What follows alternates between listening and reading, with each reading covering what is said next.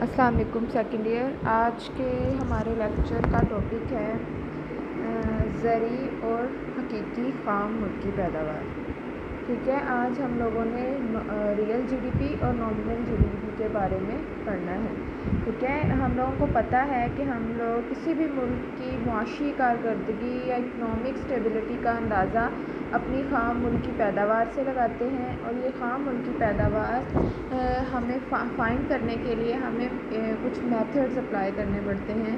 ٹھیک ہے، عام طور پر ایک سال کے عرصے میں پیدا کردہ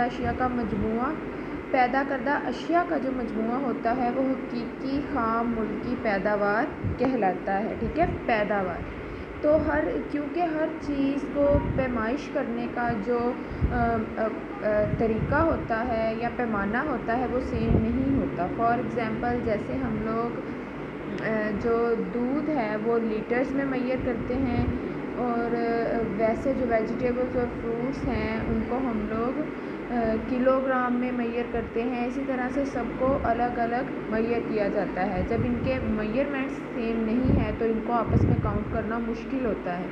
ٹھیک ہے، تو اس لیے ہم کیا کرتے ہیں، اشیاء اور خدمات کی پیداوار کو پلس کرنے کے لیے ہم ان کی زرعی قیمتیں لیتے ہیں۔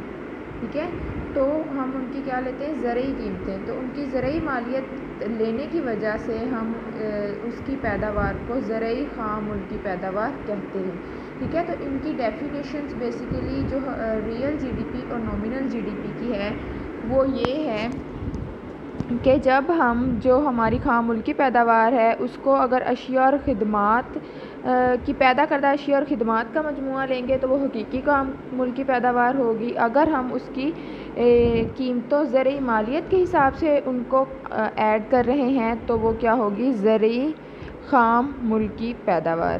ٹھیک ہے، تو اس کی یہاں پر آگے وہی چیزیں انہوں نے ایکسپلین کی ہیں جو میں نے آپ لوگوں کو بتا دی ہیں۔ ٹھیک ہے، اگر اس کی بنا پر زرعی خام ملکی پیداوار میں اضافہ ہوتا ہے تو اس حقیقی خام ملکی پیداوار ساکن رہتی ہے، بلکہ بالکل اسی طرح اگر منڈی میں اشیاء اور خدمات کی قیمتوں میں کمی ہو جائے تو ہماری جو زرعی خام ملکی پیداوار ہے وہ کم ہو جاتی ہے، اور جو ریئل جی ڈی پی ہے وہ کانسٹنٹ ہی رہتی ہے۔ ٹھیک ہے، اس کے بعد انہوں نے ایگزامپل دی ہے کہ اگر ہم لوگ 2000 کی پرائسز لیں اور اس کا کمپیریزن ہم 2010 کی پرائسز سے کریں تو اس میں کیا ڈفرینس آتا ہے۔ یہاں پر انہوں نے یہ ایگزامپل دی ہے اس کی کہ اگر قومی آمدنی کا سال 2000 سے 2010 تک انہوں نے لیا ہے، جس میں زرعی آمدنی کتنی تھی، 2000 میں کتنی تھی، 200۔ ٹھیک ہے، اس کے بعد 2010 میں ہو گئی 400۔ ان کی قیمتوں کا جو معیار ہے وہ آیا ہے 200 سے 400۔ ٹھیک ہے، تو اچھا آگے ہے زرعی آمدنی سے حقیقی آمدنی کیسے فائنڈ کرتے ہیں۔ ٹھیک ہے، انہوں نے کیا کیا ہے، انہوں نے 200 جو زرعی آمدنی ہے اس کو قیمتوں کے معیار پر ڈیوائیڈ کیا ہے، زرعی آمدنی کو ڈیوائیڈ کیا ہے قیمتوں کے معیار پر۔ ٹھیک ہے، اس کو ڈیوائیڈ کر کے انہوں نے 100 سے ملٹیپلائی کر دیا ہے، تو ہمارے پاس جو ہماری حقیقی آمدنی ہے وہ آ گئی ہے۔ تو آپ دیکھ سکتے ہیں کہ 2000 سے 2010 میں جو ہماری حقیقی آمدنی ہے وہ 100 ہی ہے، جبکہ زرعی آمدنی میں ڈفرینس آ گیا ہے۔ ٹھیک ہے، تو یہ بہت امپورٹنٹ کوسچن ہے، موسٹلی یہ شارٹ کوسچن آتا ہے کہ ریئل جی ڈی پی اور نامنل جی ڈی پی میں کیا فرق ہے۔ ٹھیک ہے، تو یہ آپ نے کوسچن یاد کرنا ہے۔ اس کے بعد جو ہمارا نیکسٹ ٹاپک ہے وہ ہے قومی آمدنی کا دائروی بہاؤ، circular flow of national income. ٹھیک ہے، آپ کو نام سے پتہ چل رہا ہے کہ کس طرح سے جو ہماری نیشنل انکم ہے وہ ایک سرکولر فلو میں ورک کرتی ہے۔ ٹھیک ہے، اس کو ایزی ورڈنگ میں ہم ایسے بھی بول سکتے ہیں کہ ہماری جو آمدنی ہے وہ کس طرح سے ایک ہاتھ سے دوسرے ہاتھ میں جاتی ہے اور پوری مارکیٹ میں کس طرح سے گردش کرتی ہے۔ ٹھیک ہے، تو یہاں پر انہوں نے بتایا ہے کہ کسی بھی ملک کی کارکردگی کو جاننے کے لیے ہمیں جی ڈی پی کی ضرورت ہوتی ہے، اور جی ڈی پی کو فائنڈ کرنے کے لیے بہت سارے میتھڈز ہیں، اور جی ڈی پی کو جب ہم میئر کرتے ہیں تو ہمیں پتہ ہے کہ جی ڈی پی کیا ہے۔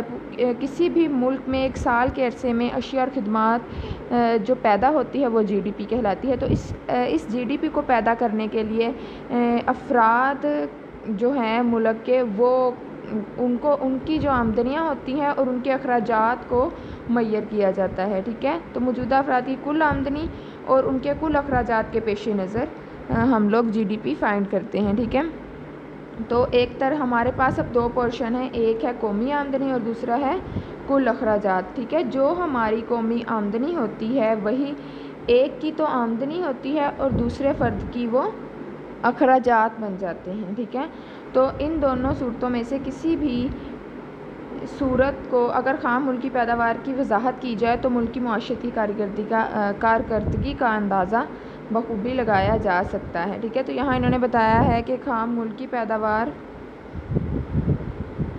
کو کس طرح کل آمدنی اور کل اخراجات کے طریقے سے بیان کیا گیا ہے. اس سوال کا جواب ہے قومی آمدنی کے دائروی بہاؤ کی مدد سے بآسانی دیا جا سکتا ہے. ٹھیک ہے، تو اب ہم لوگ اس کو دیکھتے ہیں کہ معاشرت کو 2 حصوں میں تقسیم کیا جاتا ہے. ایک حصہ کاروباری ادارے ہوتے ہیں اور دوسرا حصہ گھرانے. ٹھیک ہے، تو یہ جو کاروباری ادارے ہوتے ہیں یہ گھرانوں کے افراد جو کہ ملازم ہوتے ہیں ان کو ہائر کرتے ہیں کام کرنے کے لیے، ان کو ہائر کرتے ہیں اور ان کو ان کو تنخواہ دیتے ہیں. ٹھیک ہے، ان کو تنخواہ دیتے ہیں. اس کے بعد وہی تنخواہیں وہ ان کاروباری اداروں کو ادا کرتے ہیں چیزوں کی قیمتوں کی شکل میں. ٹھیک ہے، چیزوں کی قیمتوں کی شکل میں ادا کرتے ہیں اور وہی قیمتیں جو ہیں وہ دوبارہ سے کاروباری اداروں میں لگائی جاتی ہیں اور پھر سے ان ملازمینوں کو تنخواہیں دی جاتی ہیں اور وہی ملازمین وہی تنخواہ اپنے ضروریات زندگی پر خرچ کر کے اپنی جو خواہشات ہیں ان کو فلفل کرتے ہیں. ٹھیک ہے، یہ آگے اسٹیٹمنٹ آپ لوگ پڑھ سکتے ہو کہ عوام ان گھرانوں کی طرف کاروباری اداروں کو مختلف عاملین پیدائش دیتی ہے. ٹھیک ہے، یہ عوام ادا کر رہی ہے زمین، محنت، سرمایہ اور تنظیم کی صورت میں خدمات پہنچاتے ہیں. عاملین پیدائش ان خدمات کے پیش نظر کاروباری ادارے ان گھرانوں کو معاوضہ جات یعنی کہ لگان، اجرت، سود اور منافع کی صورت میں ادا کر دیتے ہیں. اس طرح اگر ان تمام عاملین کے معاوضہ جات کو باہم جمع کر دیا جائے تو خام ملکی پیداوار بصورت کل آمدنی کہلاتی ہے. ٹھیک ہے، تو یہ فرسٹ پورشن ہم لوگ یہ جو پیراگراف ہم نے ریڈ کیا ہے سب سے پہلے ہم اس کو ایکسپلین کریں گے. ٹھیک ہے، اس کی ایکسپلینیشن کیا ہے، یہاں پر یہ آپ لوگ فگر دیکھ رہے ہو. ٹھیک ہے، ایک طرف کاروباری ادارے ہیں، دوسری طرف کیا ہیں، گھرانے. تو یہ کاروباری ادارے جو ہیں، یہ گھرانے جو ہیں سب سے پہلے یہ ہیں اپنی خدمات ادا کرتے ہیں کن کو، کاروباری اداروں کو. ٹھیک ہے، یہ گھرانے کاروباری اداروں کو زمین، محنت اور سرمایہ اور تنظیم دے رہے ہیں. ٹھیک ہے، عاملین پیدائش یہ کاروباری ادارے ان کو یوٹیلائز کر کے اجرت کی صورت میں یا پھر ان کو معاوضوں کی صورت میں گھرانوں کو کیا کرتے ہیں، گھرانوں کو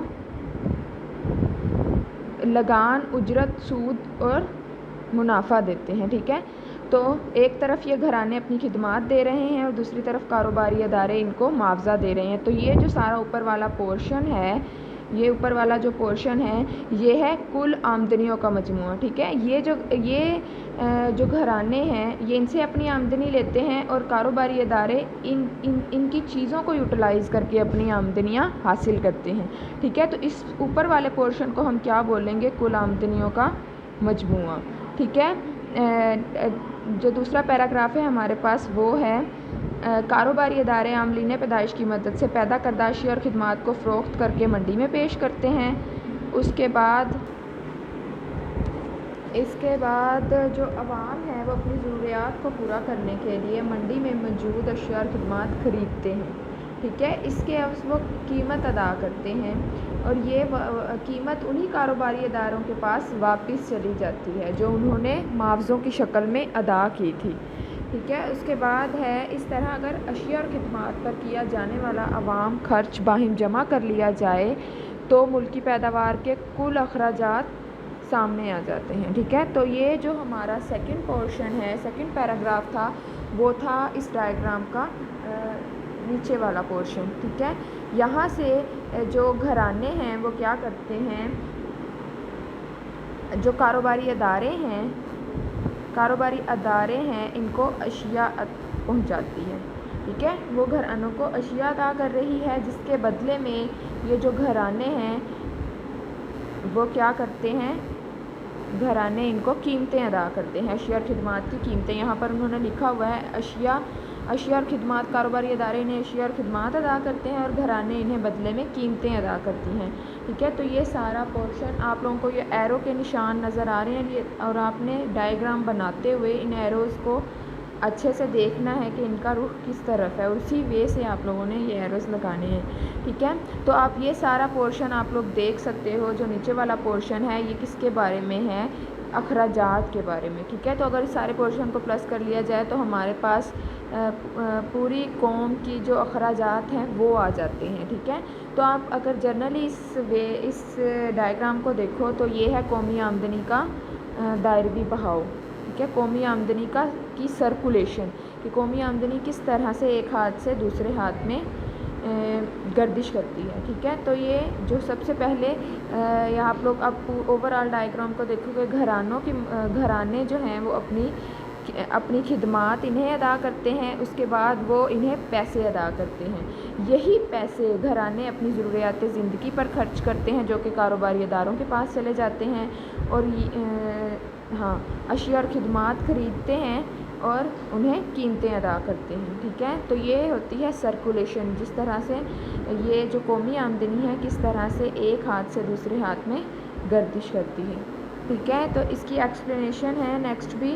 آپ نے یہی جو میں نے ابھی بتایا ہے آپ کو یہی چیزیں انہوں نے بتائی ہیں کہ اگر ڈائیگرام کو دیکھا جائے تو اس کے اوپر والا حصہ قومی آمدنی کی پیمائش بذریعہ عاملین پیدائش اور دوسرا آمدنیوں کا مجموعہ ہے، جبکہ نیچے والا حصہ پیداواروں کا مجموعہ ہوتا ہے یا اخراجات کا مجموعہ ہوتا ہے. ٹھیک ہے، تو یہ اس کی ایکسپلینیشن تھی، یہ آپ لوگوں نے کرنی ہے. اس سے ریلیٹڈ چیپٹر کے لاسٹ میں کچھ شارٹ کوسچنز ہیں وہ بھی آپ نے کرنے ہیں، اور اس کے علاوہ یہاں پر یہ جو ہے کوسچن نمبر 3 کا آنسر ہم نے پڑھا ہے کہ قومی آمدنی کا دائروی بہاؤ. یہ بھی کوسچن بہت امپورٹنٹ ہے، اس کو آپ نے اچھے سے پریپیئر کرنا ہے. ٹھیک ہے جی، بیسٹ آف لک، اللہ حافظ.